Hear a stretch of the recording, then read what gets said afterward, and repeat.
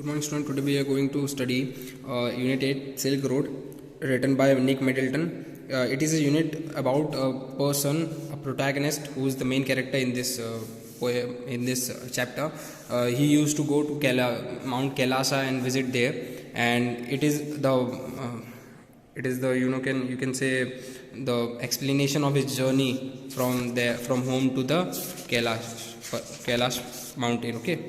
Now in the first he just describing the last scene which he saw, like there is a half floated moon in the perfect blue sky. मतलब आधा चांद निकला हुआ था perfect blue sky पे. Morning good buys हम लोगों ने एक दूसरे को कहे. सन भी डूबने वाला था और उस टाइम वो लोग जा रहे थे, मतलब लीव कर रहे थे. ठीक है. रावू जो थी, जो इनकी मतलब पहचान वाली थी, she use to give him what a sheep, what can we say, जैसे कि वो माउंट कैलाश के लिए जा रहे थे, ही सेड, है ना. Then he give him you can say sheep skin coat. Okay. रावू ने उन्हें शीप स्किन कोट दिया और सेटन जो था वो उनको ड्राइव करके, मतलब उसे प्रोटैगनिस्ट को ड्राइव करके लेके जा रहे थे माउंट कैलाश की तरह, और वो उसकी लैंग्वेज में कहता है रोकबासा. ठीक है. तो as they take a shortcut because Satan knew what the route was and to Mount Kailasha, and he said many high mountains will be there so in the route, but no problem if there is no snow. He said that अगर snow नहीं होगी तो कोई दिक्कत नहीं होगी, easily we can get there. Okay. So he asked that how much time. So he said not knowing sir until we get there. We don't know, जब तक कि वहाँ तक हम नहीं पहुँच सकते तब तक कि हम लोग कुछ नहीं कह सकते. From gentle rolling hill, Ravu, the shortcut took us across the vast open plains with nothing in them except a few gazelles. So when they started their journey, there was nothing, just few gazelles in the road. Okay, that would take them nibbling the arid pasture and frown before bounding away into the void. He said that there were many voids. Voids means गड्ढे जो road पे रहते ना, तो ऐसे कई गड्ढे थे रास्तों में. फर्दर ऑन जब वो लोग आगे गए, when they grow, grassy street दिखी इन लोग को, है ना, मतलब चारों तरफ ग्रास थी. ग्रेट वाइल्ड एस मतलब गधे थे, है ना, आसपास. Seton told us we are approaching them long before they appeared. So Seton कहता है कि बहुत जल्दी हम लोग पहुंचने वाले गैंग. ठीक है. He said pointing towards a far off pall of dust where we drew near.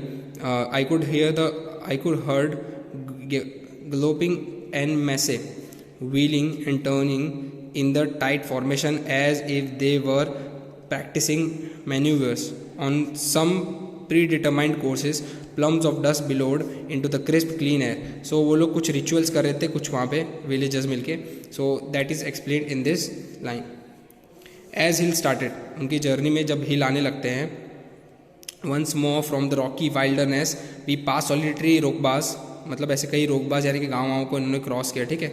Flocks, sometime men, sometime women, they were wrapped figures, would pause and stare at our car.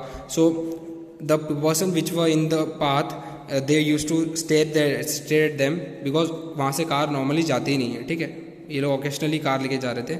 Waving eight pass, वो लोग bye bye भी कर रहे थे, जैसे हाथ wave करते हैं ना हम लोग गाड़ी जाते हुए. When the track took up close to their animal, the sheep would take evasive action, मतलब उनके जो शीप थे वो भागने लगते हैं. Wearing away from the spreading vehicle, मतलब वो लोग दूर भागने लगते हैं जो ये व्हीकल है इससे. ठीक है. उन लोगों ने नोमेट्स पार कर लिए. नोमेट्स मतलब वो गांव में छोटे छोटे जो रहते हैं. डार्क टेंट, उन्होंने एक डार्क टेंट बचाया है जो कि स्प्लेंडर आइसोलेशन था, मतलब जो कि उन लोग के रहने का उस टाइम का जरिया था. वहाँ पर उनके पास था एक ह्यूज ब्लैक डॉग जिसे तिब्बतन मैस्टिफ कहते हैं. ठीक है. जो हमारी रक्षा करता. उन्होंने कहा these beasts would cock their great big head when they became aware of our approach, fix us in their sights. So he used to protect them. As they continue to draw closer, they would explode into action, speeding directly towards us like a bullet from a gun, nearly as fast. These shaggy monster, mean वो dog को कह रहा है, shaggy monster blacker than the darkest night, usually wore bright red collar, barked furiously with massive jaws. तो वो बताते कि वो जो कुत्ता था वो बहुत ज़्यादा भौंक रहा था. And they were very frightened of a, they were completely fearless of our vehicle. तो उन्हें इस व्हीकल से भी कोई डर नहीं हो रहा था. Shooting straight into our path, causing Seton to brake swerve. तो सेटन इन लोग को देख के क्या करता है, ब्रेक मार देता है.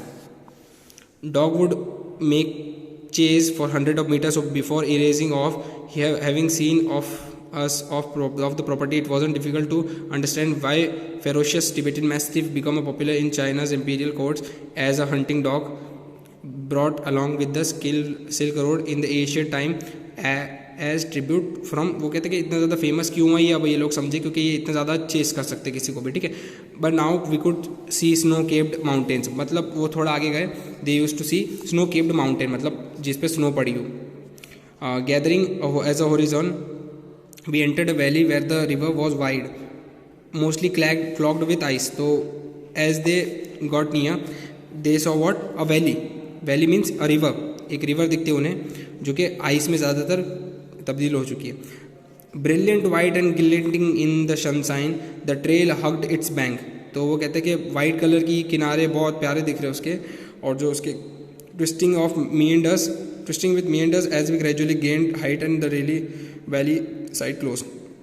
तो जैसे वो आगे जा रहे थे वैली क्लोज होती जा रही थी, ठीक है.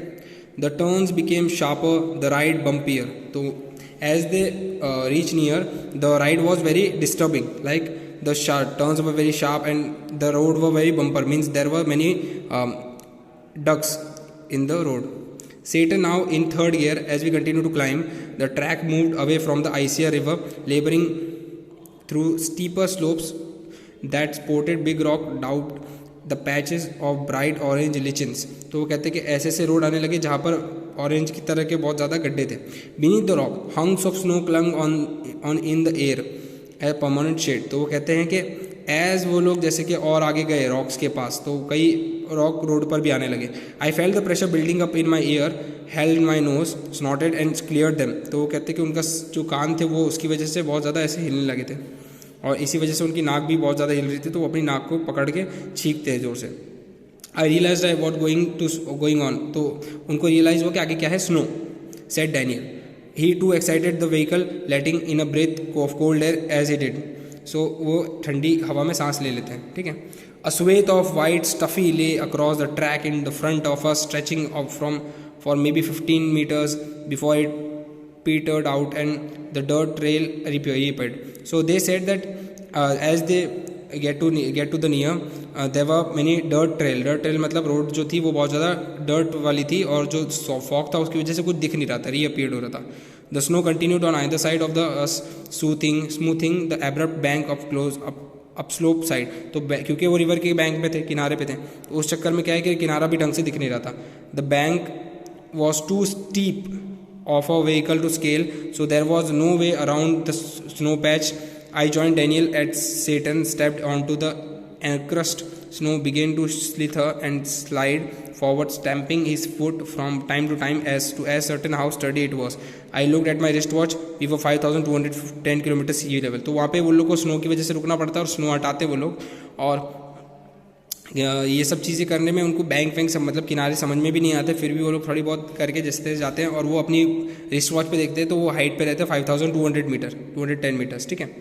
अब जो स्नो थी वो आइसी टॉप मतलब स्नो थी वो डीप थी, बहुत ज़्यादा डेंजरस थी. वो कहते हैं Daniel said to so much of icy top layer, if we slip off the car could turn over, he suggested. As we saw Satan grab the handfuls of dirt and fling them across the frozen surface, we both pitched in, and when the snow was spread with soil, Daniel and I stayed out of the vehicle and lightened Satan load. सो वो क्या कहते हैं कि वहाँ से जब car से उतरते तो वो लोग को दिखता है कि बहुत ज़्यादा सामने मतलब रोड ब्लॉक्ड है, उसे साफ करते हैं. He back down up and drove towards the dirty snow. अब वो क्या करता है, वो वापस लेता है गाड़ी और डर्टी स्नो पे चढ़ा देता है गाड़ी. Ease the car on its icy surface, slowly drew its length without appearing difficult. तो वो धीरे धीरे थोड़ा चलाने लगता है.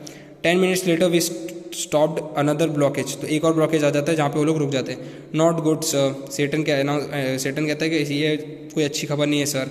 As he jumped out again to survey the scene. तो वो फिर से बाहर उतरता है, सेटन जो रहता है इनका driver. This time he decided to try to drive round the snow. तो वो कहते हैं कि वो साइड से निकालने की इस बार कोशिश करता है.